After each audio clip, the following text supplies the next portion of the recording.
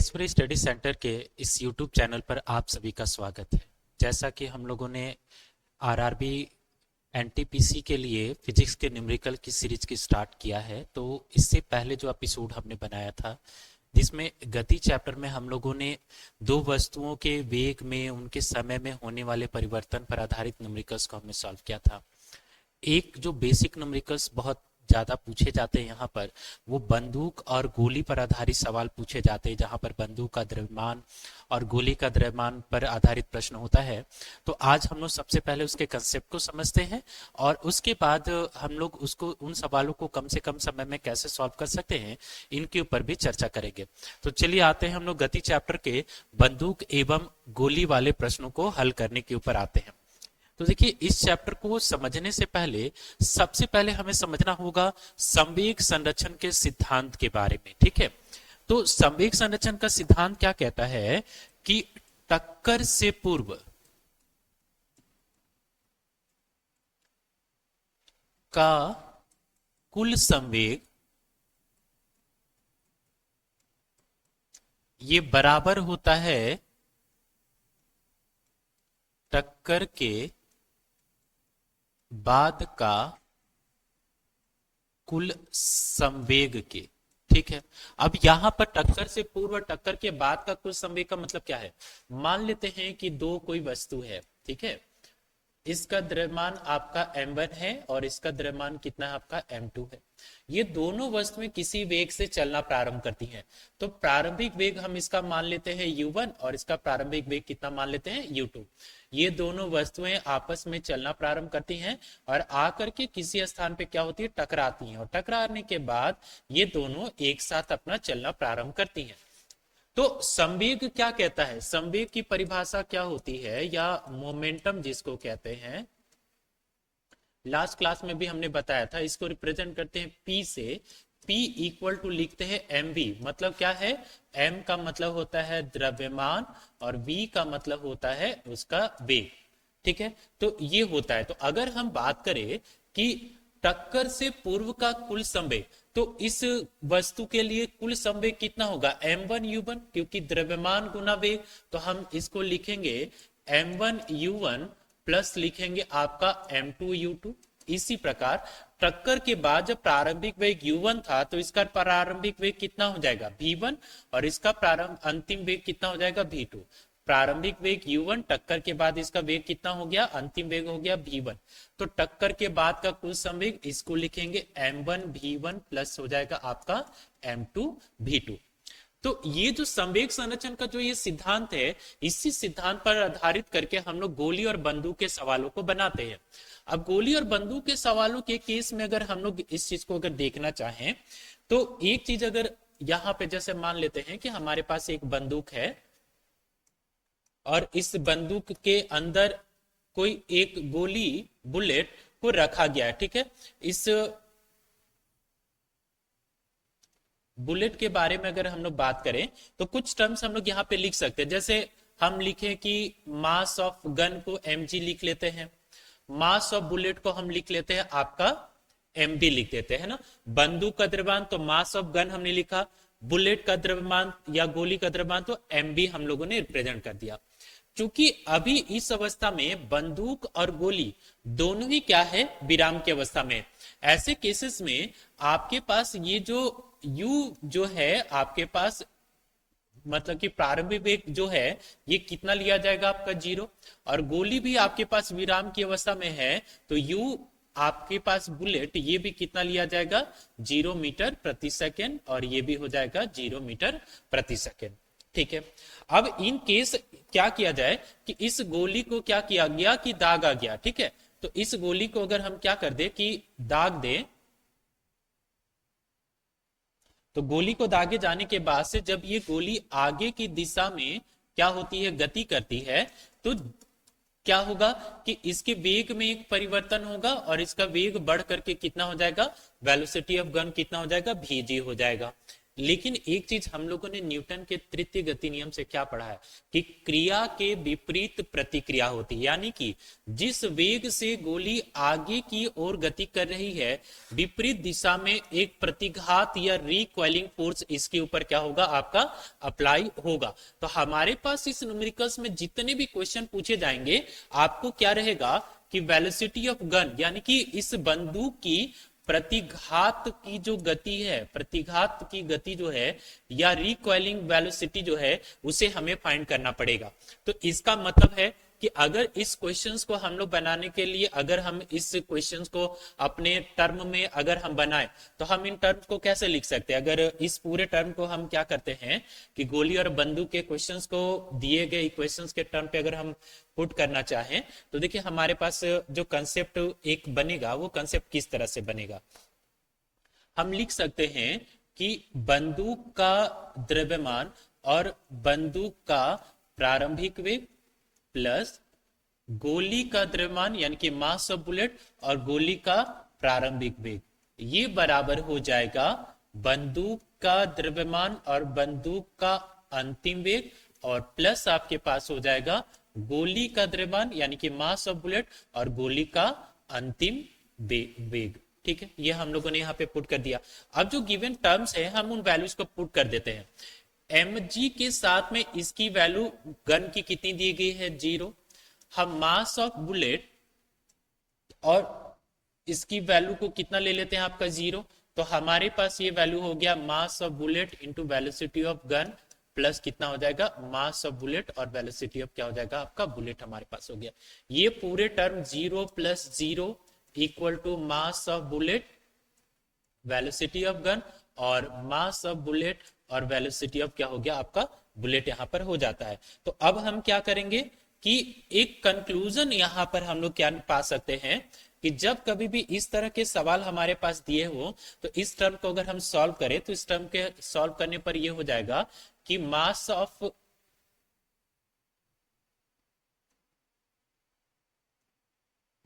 Gun जो है, mass of gun और वेलोसिटी ऑफ गन, ये बराबर हो जाएगा माइनस सिंबल के साथ में, क्योंकि एक टर्म को जब हम इस तरफ में लेकर के आएंगे, मान लीजिए कि मास ऑफ गन और वेलोसिटी ऑफ गन को इधर रखें, ये टर्म हमारा इस तरफ में जाएगा, तो इसके हो जाएगा minus velocity mass of bullet और वेलोसिटी ऑफ क्या हो जाएगा, आपका बुलेट हो जाएगा। यानी कि ये कंक्लूजन हम लोगों को न्यूमेरिकल्स बनाते समय हमेशा ध्यान में रखना है कि जब कभी भी न्यूमेरिकल्स आएगा, तो इतने लंबे चौड़े टर्म को हमें नहीं सॉल्व करना है।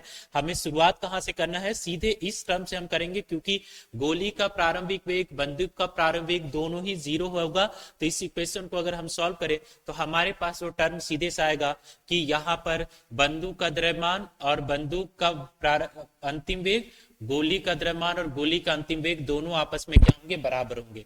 ये माइनस सिंबल किस चीज के बता रहा है, ये प्रतिघात बता रहा है कि इस वेग से विपरीत दिशा में क्या होगा, आपका बल आरोपित होगा। ठीक है, तो चलिए क्वेश्चंस पर आते हैं। पहला क्वेश्चन ये आपके पास देखिए, आरआरबी ग्रुप डी के 19/9/2018 के शिफ्ट 1 में पूछा गया एक क्वेश्चन है, जिसमें कह रहा है कि द्रव्यमान 400 किलोग्राम की बंदूक के संवेग की गणना करें जब इसके प्रतिघात इतना मीटर प्रति सेकंड दिया गया। तो देखिए यहां पर दिया गया है कि मास ऑफ गन आपके पास है 400 किलोग्राम, और कहता है कि गोली जो है उसका मतलब कि प्रतिघात वेग जो है वो 0 पॉइंट कितना है, 25 मीटर प्रति सेकंड है। आपको यहां पर फाइंड करना है कि संवेग, प्रतिघात वेग है तो उसकी संवेग की गणना करनी है।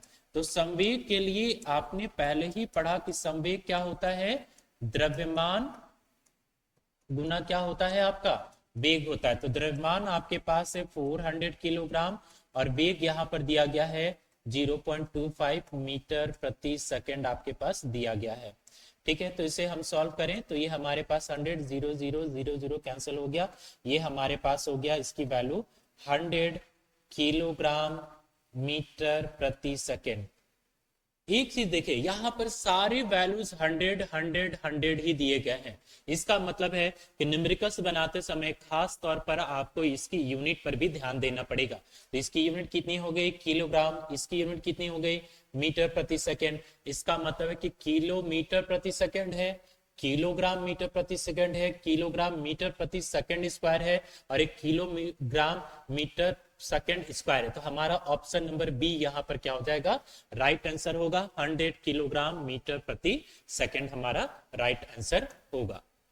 नेक्स्ट क्वेश्चन कहता है कि 120 ग्राम की बंदूक यानी कि मास ऑफ गन कितना दिया गया है, 120 किलोग्राम से 0.40 किलोग्राम की एक गोली को दागा जाता है, यानी कि मास ऑफ बुलेट आपके पास है 0.04 किलोग्राम दिया गया है। गोली को मुख से निकलने की गति, गोली की बंदूक के मुख से निकलने की गति यानी कि वेलोसिटी ऑफ बुलेट आपके पास दे दिया गया है 90 मीटर प्रति सेकंड। तो बंदूक की प्रतिघात आपको क्या करनी है, ज्ञात करनी है। तो थोड़ी देर पहले हम लोगों ने क्या देखा कि बंदूक का द्रव्यमान और बंदूक का प्रतिघात वेग बराबर क्या हो जाएगा, ये सिंबल आएगा माइनस हमारे पास हो जाएगा गोली का द्रव्यमान और गोली का प्रतिघात वेग जो है इसको हम लोग लेंगे। तो यहां पर आपके पास मास ऑफ बुलेट है 120 ग्राम, बीजी आपको फाइंड ही करना है, इसकी वैल्यू है माइनस में। मास ऑफ बुलेट आपके पास दिया गया है 0.04 और वेलोसिटी ऑफ बुलेट आपके पास दिया गया है 90 मीटर प्रति सेकंड आपके पास दिया गया है। तो बीजी की वैल्यू हो जाएगी माइनस आपके पास 0.04 मल्टीप्लाइड बाई 90 120। तो इसे हम लोग सॉल्व करते हैं, ये हमारे पास 100 हो गया, ये हम लोगों ने कैंसिल कर लिया। 4 से हम करते हैं 3 टाइम्स में, और 3 से 10 टाइम्स में, और 3 से 10 टाइम्स में। तो इसकी वैल्यू हमारे पास हो गई 3/100 मीटर प्रति सेकंड। अब ऑप्शंस देखते हैं, ऑप्शंस दिए गए हैं पावर्स के टर्म में दिया गया है, ठीक है। एक वैल्यू है 0.3, अगर 100 से करेंगे तो 0.03 होगा, इट मींस कि ये ऑप्शन तो होगा नहीं।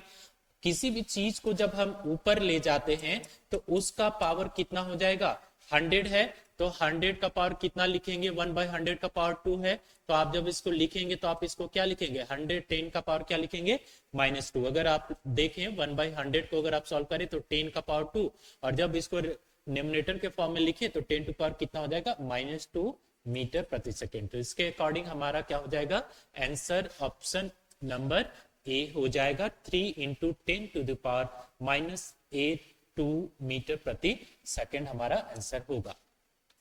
चलिए नेक्स्ट क्वेश्चन देखते हैं। कहता है कि 2 किलोग्राम के एक पिस्टल से, देखिए मास ऑफ गन आपके पास दिया गया है 2 किलोग्राम, 100 मीटर प्रति सेकंड के वेग के साथ एक 25 ग्राम की गोली क्षैतिज रूप से चलाई जाती है, यानी कि वेलोसिटी ऑफ जो बुलेट है, मतलब कि गोली का वेग दे दिया गया है 150 मीटर प्रति सेकंड आपके पास दिया गया है। गोली का जो द्रव्यमान दिया है, मास ऑफ बुलेट, ये है 25 ग्राम है।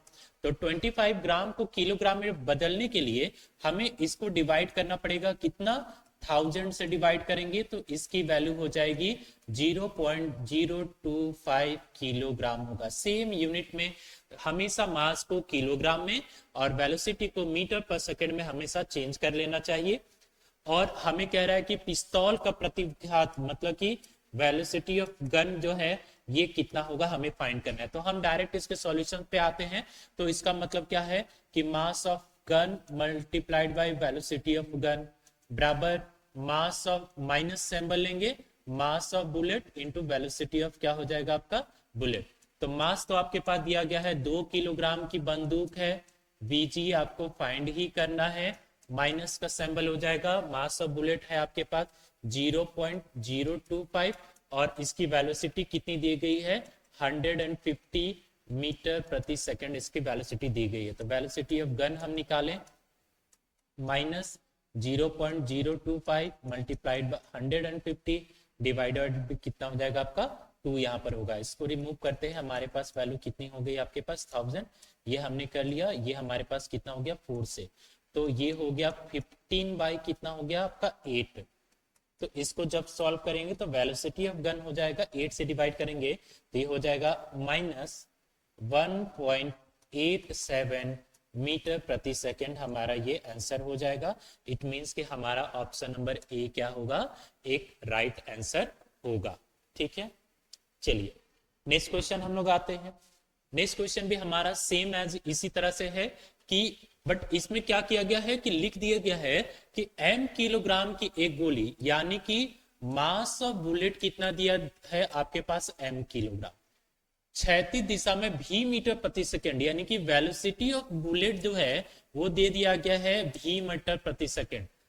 एक 100 m किलोग्राम, यानी कि मास ऑफ गन कितना दिया गया है, 100 m किलोग्राम दिया गया है, दागी गई है। तो बंदूक का परावर्तन वेग यानी कि वेलोसिटी ऑफ गन कितना होगा, ये हम लोगों को फाइंड करना है।